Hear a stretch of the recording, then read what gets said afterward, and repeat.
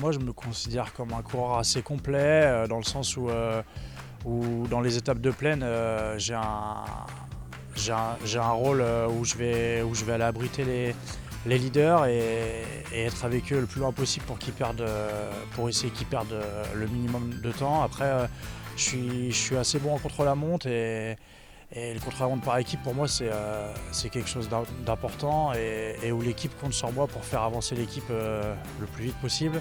Donc voilà, et après, dans la montagne, j'ai aussi des capacités où j'arrive je dirais qu'à la base, je ne suis pas un grimpeur, mais en travaillant ça et en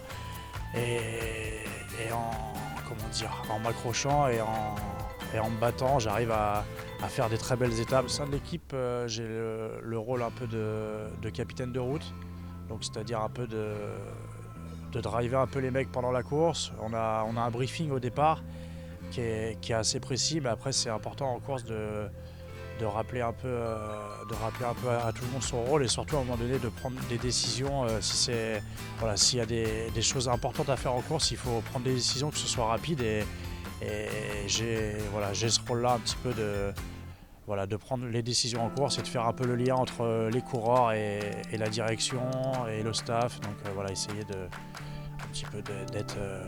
un petit peu le tampon entre tout ça, quoi, de relayer un peu les infos. Pour moi, je l'aborde dans une forme très bonne, j'aurais presque envie de dire voire excellente. Après,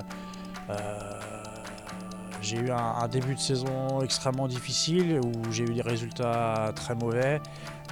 Ça fait 15 jours, 3 semaines où je retrouve des vraies sensations et où je sens vraiment que je monte en pression et je me sens de mieux en mieux. Et voilà, pour moi, je m'attends à un beau mois de juillet où